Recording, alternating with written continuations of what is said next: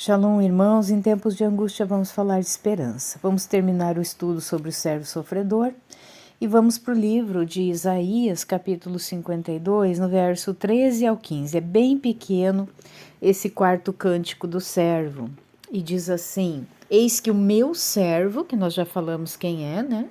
Há de prosperar, ele se elevará, será exaltado, será posto nas alturas. Exatamente como multidões ficaram pasmadas à vista dele, tão desfigurado estava o seu aspecto e a sua forma não parecia de um homem. Assim agora, nações numerosas ficarão estupefatas a seu respeito. Reis permanecerão silenciosos ao verem coisas que não lhes haviam sido contadas e ao tomarem consciência de coisas que não tinham ouvido. Vamos ver o verso aqui, Romanos 15, 21, mas conforme está escrito, vê-lo-ão aqueles a quem não foi anunciado, e conhecê-lo-ão aqueles que dele não ouviram falar. Eu quero ir para o livro de 1 Pedro, a partir do verso 21, capítulo 2, 21, que diz assim: Com efeito, para isto é que fostes chamados, pois que também Cristo, o Machia, sofreu por vós, deixando-vos um exemplo, a fim de que sigais os seus passos, tá? Então, ele nos deixou um exemplo para que a gente possa seguir os seus passos. 1 4:1 Pois que Cristo sofreu na carne, deveis também vós munir-vos desta convicção. Aquele que sofreu na carne rompeu com o pecado. Continuando, 22. Ele não cometeu nenhum pecado, mentira nenhuma foi achada em sua boca. Vamos ver os versos. Isaías 53:9 Deram-lhe sepultura com os ímpios, o seu túmulo está com os ricos, se bem que não tivesse praticado violência e nem tivesse havido engano em sua boca. 2 Coríntios 5:21 Aquele que não conhecer o pecado, Yud Revavirê, Deus o fez pecado por causa de nós, a fim de que por ele nos tornemos justiça de Deus. 1 João 3,5 Mas sabeis que ele se manifestou para tirar os pecados, e nele não há pecado. Então, que fique claro, irmãos, tá? Que o Machia, Yahushua, ou Jesus Cristo, conhecido no meio cristão, ele é o filho de Yud-Heh-Vav-Heh, Yahweh, e ele foi achado digno, apto a ser designado como servo sofredor, aquele que viria para este mundo, nasceria, né, no ventre de Miriam, Maria, como humano ele veio, ele padeceu, né, as questões humanas aqui, e por que tudo isso? Para redenção, para conciliação, para reconciliação com o Pai, né? Para que nós pudéssemos ter os nossos pecados perdoados, porque nós estávamos condenados eternamente para a morte. Eternamente. E através do sangue derramado do Cordeiro de Yahweh, derramado naquele madeiro, veio essa expiação, veio essa redenção para nós. Tá? Então, que fique claro, irmãos, o Machia, ele nunca cometeu pecado, ele é santo, santo, sempre santo. Nele não há injustiça. O que é injustiça na visão bíblica? É desobediência às ordenanças do Pai, a Torá. Desobediência aos mandamentos, desobediência aos estatutos. Tá? Isso é injustiça. Quando eu desobedeço a palavra, quando eu desobedeço aos mandamentos, quando eu desobedeço a tudo aquilo que é dito para mim fazer como correto, que está escrito, né, na palavra, quando eu faço isso eu cometo injustiça, tá? Então, por isso que existe a palavra justo. Justo é o que promove justiça. Justo é o obediente. Justo é aquele que entendeu o propósito do Machia ter morrido naquele madeiro e ele se transforma numa nova criatura e ele decide conscientemente largar o pecado né? E se santificar, tá? Então, esse é o caminho, isso é a techuvá. É isso que significa techuvá. É fazer o retorno para os caminhos, né, corretos, para a obediência, para nos aliançarmos novamente com o Pai, tá? Então, verso 23, quando injuriado, não revidava, ao sofrer, não ameaçava, antes punha a sua causa nas mãos daquele que julga com justiça. Sobre o madeiro, levou os nossos pecados em seu próprio corpo, a fim de que, mortos para os nossos pecados, vivêssemos para a justiça. Por suas feridas fostes curados. Vamos ver o que diz o verso aqui. Isaías 53, 5, mas ele foi trespassado por causa das nossas transgressões, esmagado em virtude das nossas iniquidades. O castigo que havia de trazer-nos a paz caiu sobre ele, sim, por suas feridas nós fomos curados. O que é iniquidade, irmãos? Iniquidade não é sinônimo de pecado somente. Iniquidade é aquilo que vem sobre nós, que vem de geração em geração, né? Em termos de desobediência, em termos de rebeldia dos nossos antepassados. Tá? Tanto é que ele diz: eu visito a iniquidade dos pais sobre os filhos até a terceira e quarta geração daqueles que me odeiam. Então, a iniquidade, ela vem de geração em geração. É por isso que quando nós conhecemos a palavra, entendemos o sacrifício do Mashiach naquele madeiro, nós temos que romper com esse padrão de iniquidade geracional.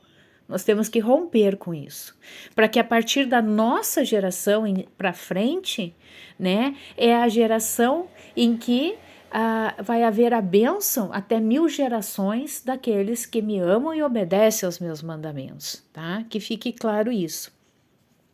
Verso 25, pois estáveis desgarrados como ovelhas, mas agora retornaste ao pastor e supervisor das vossas almas. Nós estávamos como ovelhas desgarradas, irmãos, por causa do pecado. Nós estávamos destinados ao precipício, ao vale da sombra da morte. Mas com o Mashiach, nós temos esse resgate, né? Nós temos esse cuidado, esse trazer para perto. Vamos ver que verso que nós temos aqui. Todos nós, como ovelhas, andávamos errantes, Isaías 53, 6, seguindo cada um seu próprio caminho, mas Yahweh fez cair sobre ele a iniquidade de todos nós. Então, sobre o Mashiach veio a iniquidade de todos nós. Quero ir lá para Salmos 22, que é um salmo messiânico. E irmãos, o Pai, ele é perfeito em todas as suas obras, tá? E por que no momento ali, no madeiro, o Mashiach recitou o Salmo 22? Ele recitou o Salmo 22, tá? Deixa eu ver aqui se existe a versão aqui, mas... Deixa eu ver aqui. Eu peguei outro celular, irmãos, e a mais saiu, né, do aplicativo, eu ainda tenho que instalar, né, mas ali diz em hebraico as palavras que agora eu não me recordo. Mas enfim, diz assim, Deus meu, por que me desamparaste, né? Por que ele disse isso, irmãos? Né? Lá no livro de Isaías também, no capítulo 54, se eu não estou enganada, deixa eu ver.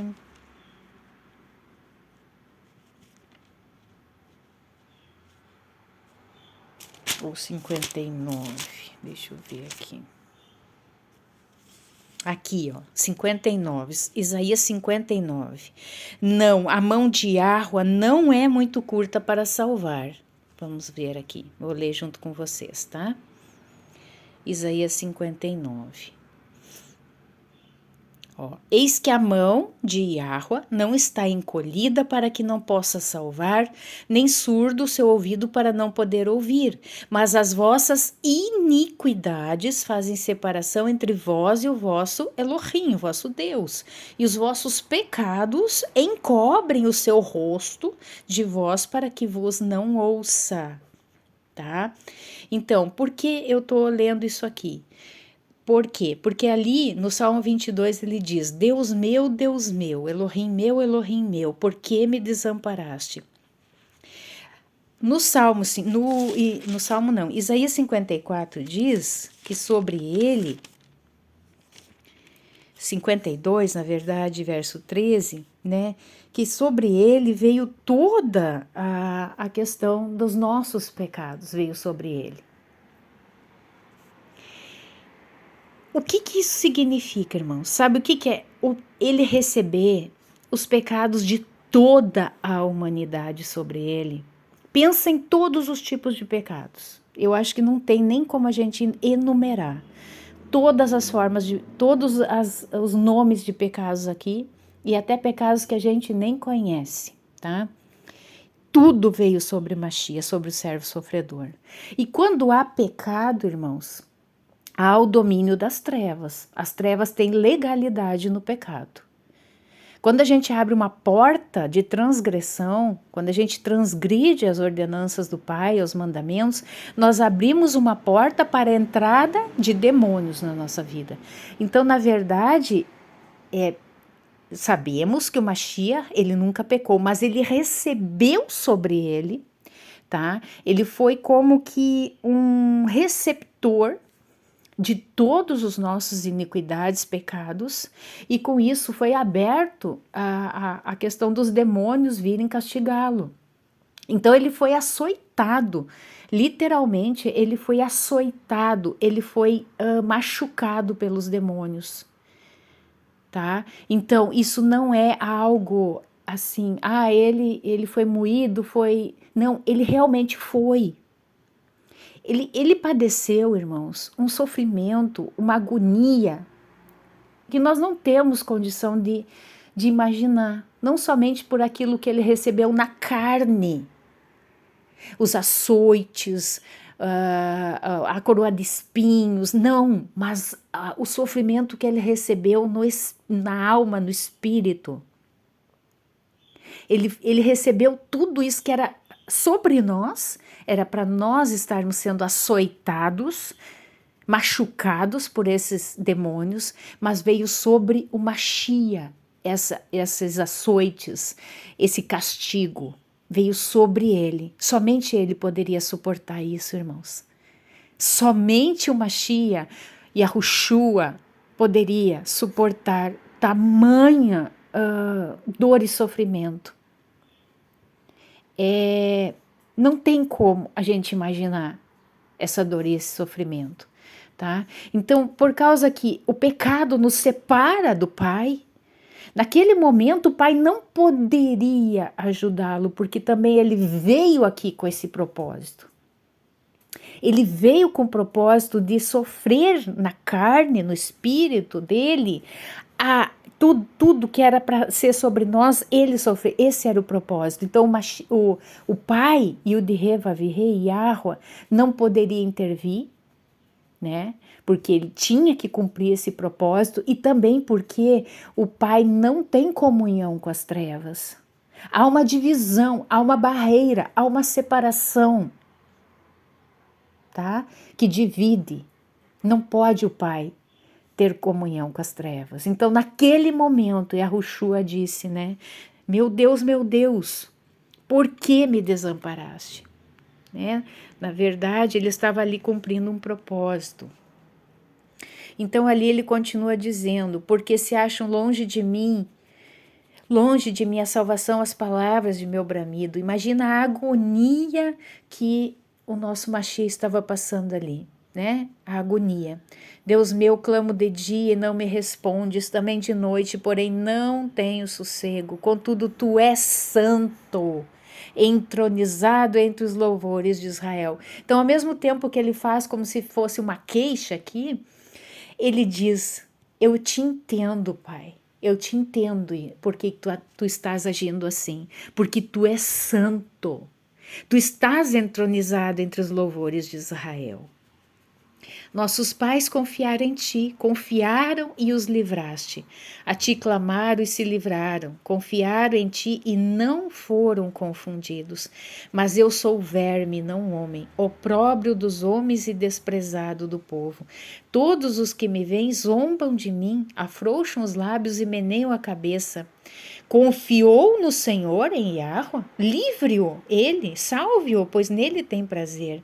Então ali os inimigos olhavam para o Mashiach sofrendo daquela forma e escarneciam e se achavam vitoriosos, porque eles não viam ali alguém que estava tendo vitória naquele momento, mas alguém que estava sendo derrotado no seu propósito. Não, mal sabia ele que ele estava sendo próspero.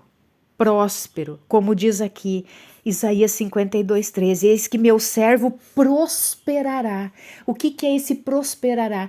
Prosperará no propósito pela qual ele veio estabelecer.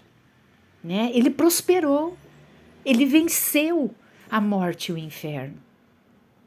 Verso 9. Contudo, tu és quem me faz nascer e me preservaste, estando eu ainda ao seio de minha mãe. A ti me entreguei desde o meu nascimento, desde o ventre de minha mãe. Tu és o meu poderoso, meu Deus. Não te distancies de mim, porque a tribulação está próxima e não há quem me acuda. Muitos touros me cercam, fortes touros de Baxã me rodeiam. Touros de Baxã, tá? Com relação a essas hostes malignas, tá? A estes demônios que estavam ali. Ele não estava falando de seres humanos ali, na verdade. Ele estava falando da questão espiritual que estava rodeando ele. Contra mim abrem a boca como faz o leão que despedaça e ruge. Era assim que os demônios estavam fazendo com ele, tal qual um leão que despedaça e ruge. Derramei-me como água e todos os meus ossos se conjuntaram. Meu coração fez-se como cera, derreteu-se dentro de mim. Secou-se o meu vigor como um caco de barro e a língua me apega ao céu da boca. Assim me deitas no pó da morte. Cães me cercam, uma súcia de malfeitores me rodeiam, transpassaram-me as mãos e os pés. Posso contar todos os meus ossos, eles me estão olhando e encarando em mim. Repartem entre si as minhas vestes e sobre a minha túnica deitam sortes. Tu, porém, Senhor, Yahweh, Yudheva Virre, não te afastes de mim, força minha, apressa-te em socorrer-me. Então ali ele estava pedindo, né? Apressa, apressa, Pai, apressa todo esse processo, né? Porque ele estava ali como um humano, né? Sofrendo realmente na carne tudo aquilo. Livra minha alma da espada e das presas do cão, a minha vida. Salva-me das fauces do leão e dos chifres dos búfalos. Sim, tu me respondes. A meus irmãos, né? Nós somos aqui o Mashiach nos declara irmãos e nós somos irmãos dele. Declararei o teu nome, cantar-te-ei louvores no meio da congregação. Vós que temeis a Yahweh, louvai-o, glorificai-o. Vós todos, descendência de Jacó, reverenciai-o. Vós todos, posteridade de Israel. Pois não desprezou, nem abominou a dor do aflito, nem ocultou dele o rosto, mas o ouviu quando lhe gritou por socorro.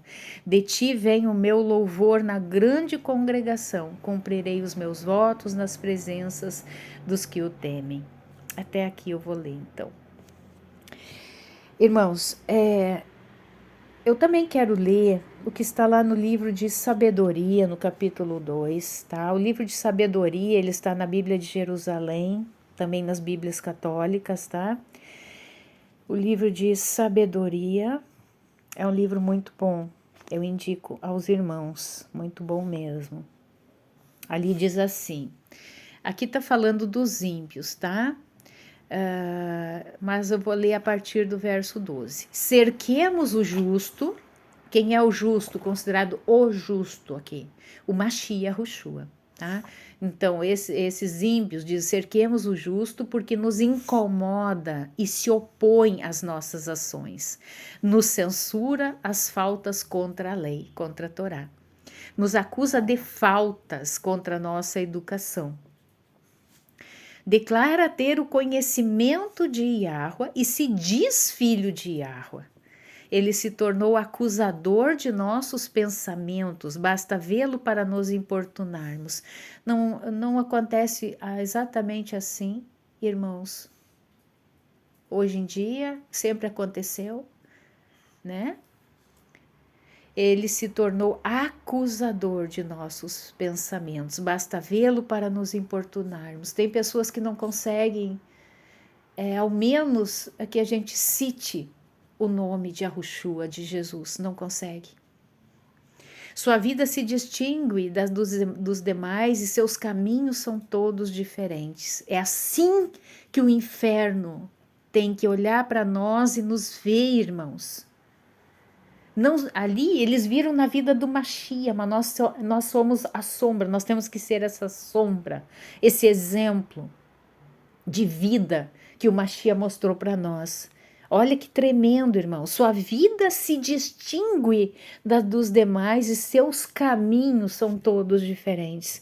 Será que os ímpios têm olhado para a nossa vida e achado que a nossa vida se distingue dos demais e que os nossos caminhos são todos diferentes? Ou será que nós não estamos sendo esta luz que brilha nas trevas? Ele nos tem em conta de bastardos, de nossas vias se afasta como se contaminassem. Proclama feliz o destino dos justos e se gloria de ter a Deus por Pai. Olha só, falando aqui do Mashiach. O Mashiach, ele se gloriava de ter a Yahweh como Pai. Vejamos se suas palavras são verdadeiras, experimentemos o que será do seu fim. Pois se o justo é filho de Yahweh, ele o assistirá e o libertará das mãos dos seus adversários. Então eles achavam, eles não, na verdade, não tinham compreendido o propósito ainda da morte do Mashiach, ao meu ver. Eles olhavam para tudo aquilo que estava acontecendo, o Mashiach sendo pregado naquele madeiro, passando por todas aquelas dores, aflições, né? E eles achavam, como? Que ele se diz filho do Todo-Poderoso, do Altíssimo, e o Altíssimo está permitindo tudo isso. Eles não entendiam que era o propósito do Mashiach, que passasse por tudo isso. Então, aos olhos deles, eles achavam que aquilo ali era uma derrota, sendo que, na verdade, era uma vitória. Continuando, experimentemo-lo pelo ultraje e pela tortura para apreciar a sua serenidade e examinar a sua resignação. Condenemo-lo a uma morte vergonhosa, pois diz que há quem o visite. Né? A morte no madeiro era uma morte vergonhosa, irmãos. Né? Somente os transgressores da lei, os assassinos, todo tipo de pessoas de delitos, né, iam para a cruz, iam para o madeiro. Então era uma morte vergonhosa, né? Aqui diz no título, erro dos ímpios. Assim raciocinam, mas se enganam porque sua maldade os cega. Eles ignoram os segredos de Deus, né? Na verdade, eles ignoraram o propósito, os segredos de Yahweh ali naquele momento. Não esperam o prêmio pela santidade, não creem na recompensa das vidas puras. Yahweh criou o homem para a incorruptibilidade e o fez imagem de sua própria natureza. Foi por inveja do diabo que a morte entrou no mundo. Experimentam-na quantos são do seu partido. Tá? Então, irmãos, eu acho que ficou bem claro, né, essa questão, finalizando aqui o estudo do servo sofredor. Nós, eu falo aqui como Israel, como remanescente, nós temos que compreender esse propósito, nós temos que compreender. Muitas vezes acontecem situações nas nossas vidas, jamais querendo comparar com Mashiach, jamais, irmãos, jamais, né? Situações adversas, né? Nós temos que analisar, né? Por que essas situações adversas estão acontecendo?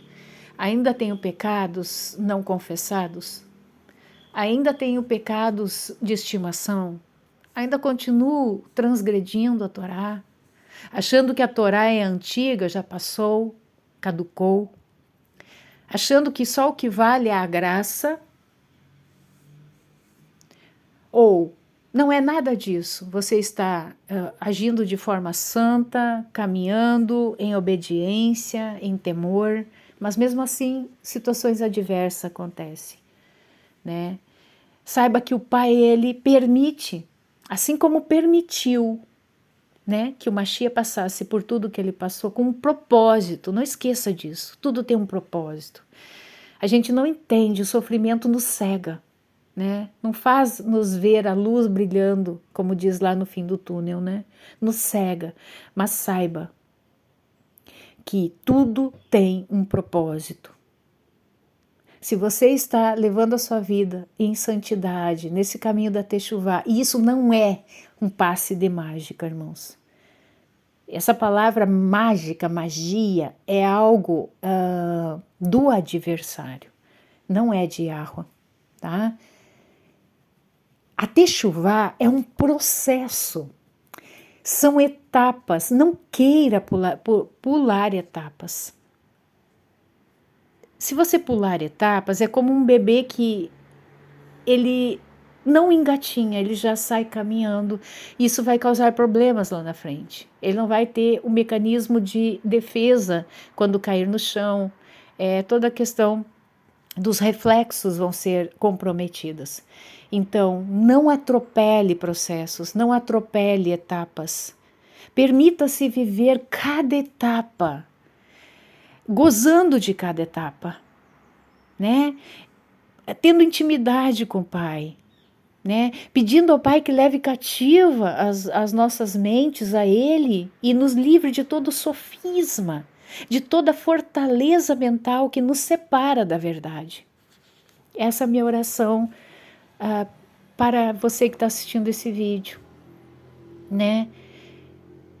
Leia a palavra, se alimente da palavra, busque a face do Todo-Poderoso e não fuja do propósito.